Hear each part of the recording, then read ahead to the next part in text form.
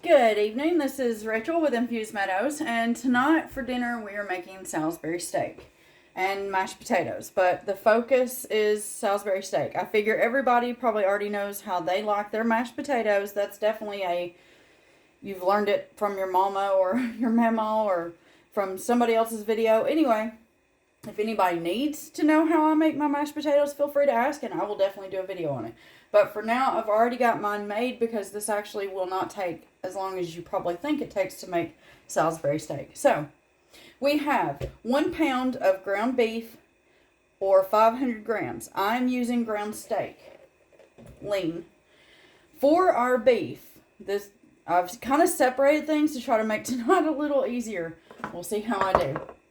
Alright, so I have taken 1 medium onion and finely chopped it.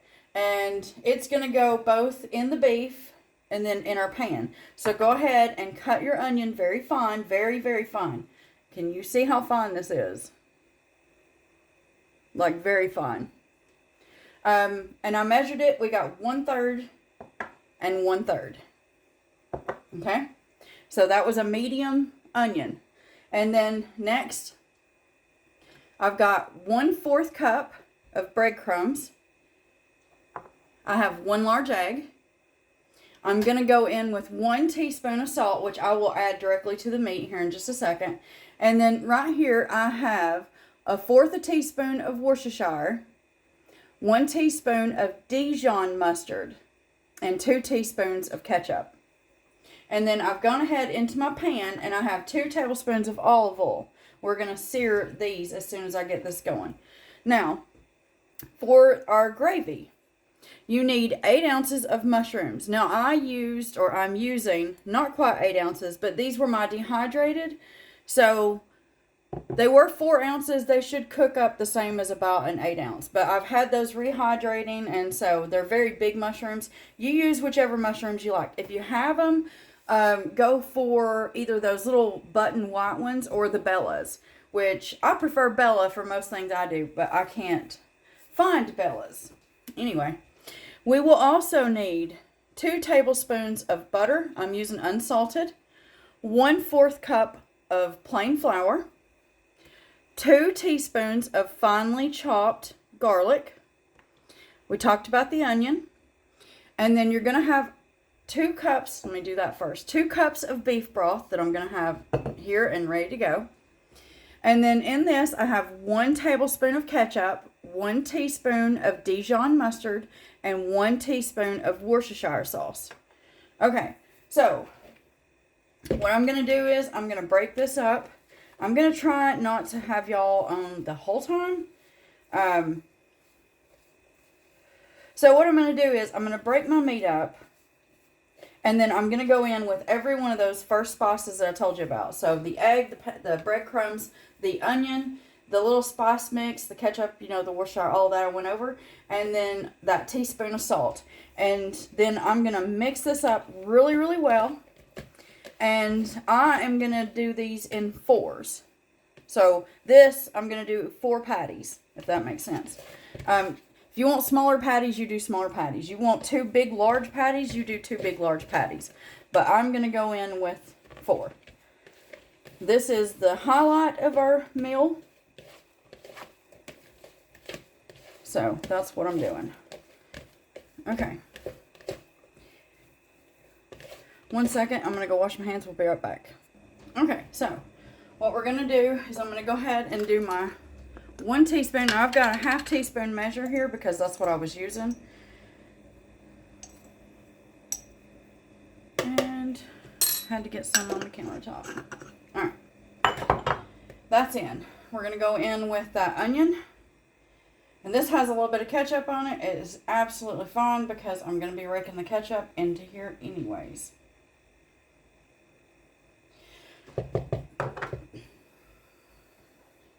I'm going to go ahead and go in with that ketchup and the Dijon and the Worcestershire.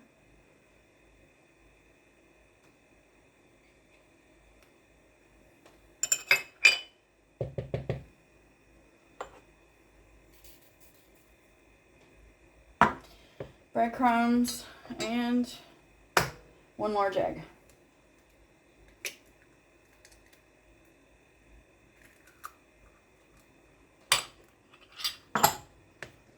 Okay.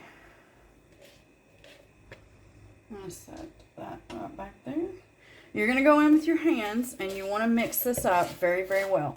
Now, just like last night, don't do it too aggressively. The more you press and pinch your meat in, you know, the tougher it's going to be. So if you want to avoid that, just, you know, I just kind of do mine like a stand mixer, going around and around. And then I'll go from the bottom, scoop up and turn it, and then just do the same thing. Okay. So, what I like to do from here, actually, hold on. I'm going to turn that on. We're going to go for a medium-high heat. And now I'm back. Can't believe I forgot that. Alright. So, I'm going to 1, 2,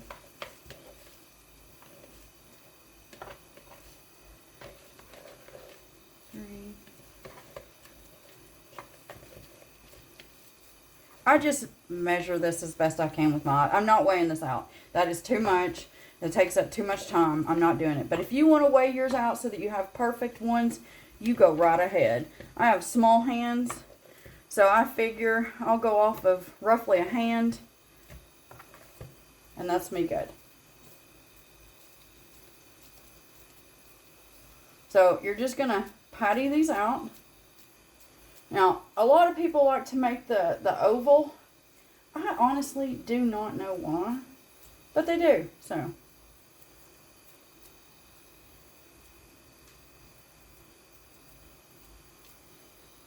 Like that.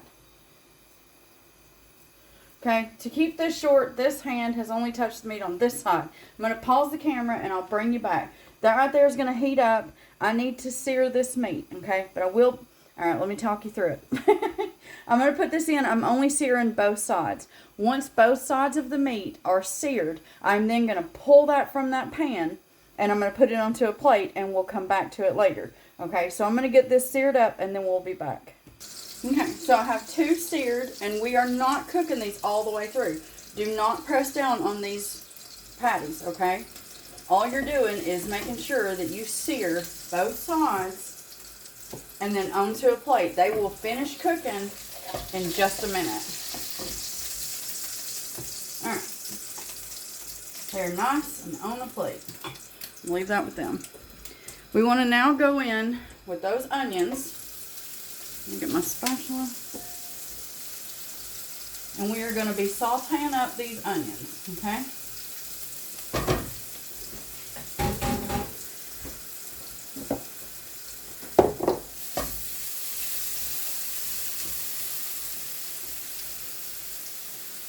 And mushrooms.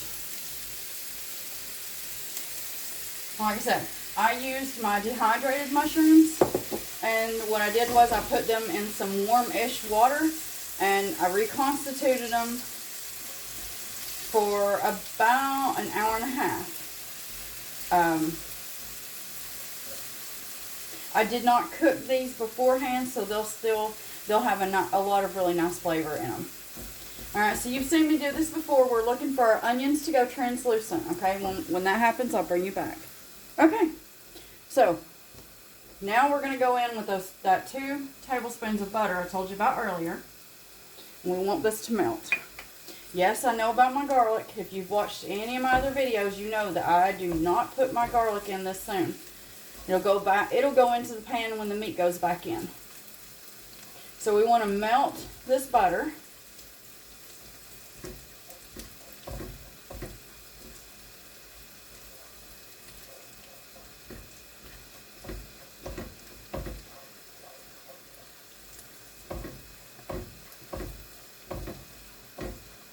Now that that's melted, we're going to go in with that flour.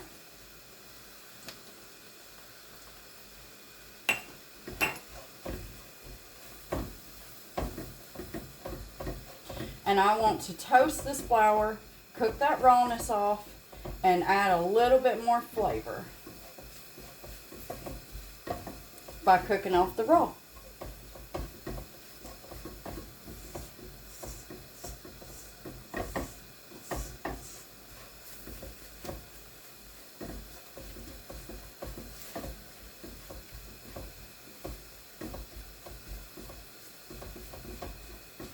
I like to look for kind of a beigey color. Once it goes from white to a light beige for something like this, that's when you're pretty good.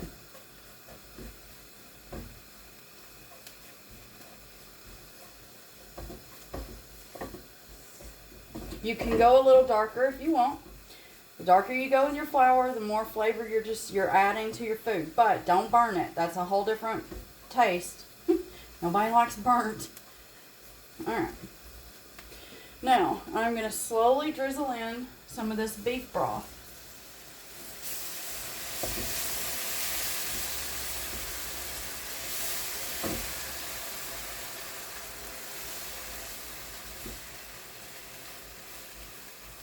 The great thing about adding flour when you've got onions and mushrooms in here is it does tend to help cut back on the lumps. Not always,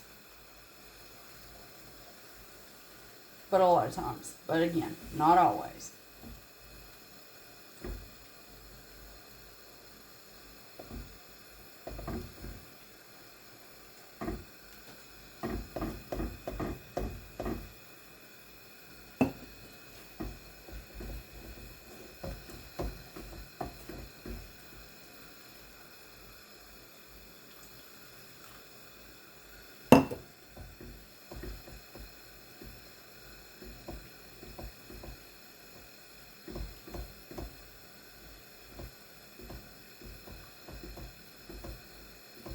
I'm sorry for the silence. You're watching the same way I'm doing, so I apologize. Focused. It is gravy. I like to make sure that it's the way it should be. Okay, I'm going to go in with the rest of this.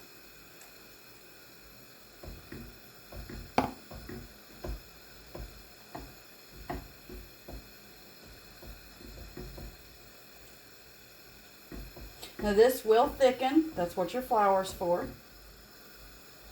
So just make sure that you stir it. You saw, you added a little, stir it really well, added a little, stir it really well.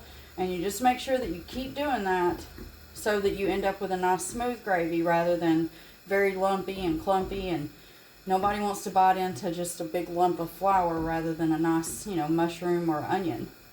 So... Right, this is all nice and combined. So now what I want to do is that sauce mix that I told you about. We're going to go in with that. That's our Worcestershire ketchup and that Dijon mustard. Make sure you get it all in there. And you want to mix this in.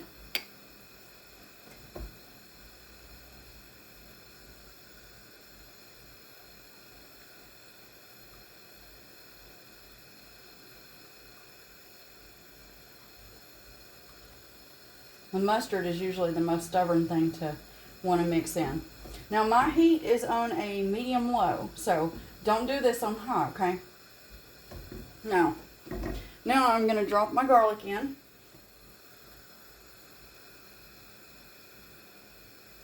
Like I said, I'm doing 2 teaspoons. If you want 1 teaspoon, you add 1 teaspoon. Don't eliminate it. You get a lot of your flavor from this garlic.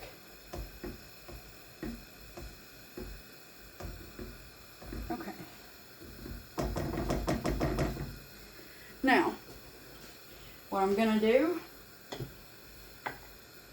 is we're going to nestle our beef right back in here.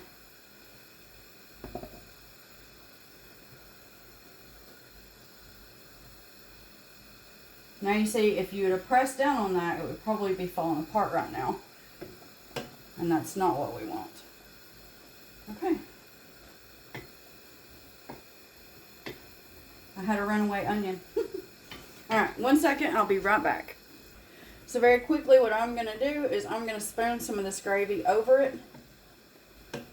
They won't get lost. I know exactly where I've set them. And then I'm going to get everything over here cleaned up. I'm going to set a timer for 6 minutes. And then in 6 minutes, I'm going to come over here and I'm going to temperature probe this. And we'll be right back. I'm so sorry. 160 degrees Fahrenheit. Okay, now I'll be back. Okay, so when you're checking your temperature, I set my timer for 6 minutes. I'm checking now. My timer went off. So make sure you don't push all the way down. You don't want the temperature of your pan. So this one's holding at 158.5. I'm going to go ahead and turn this off. I'm just going to go ahead and check the rest of them.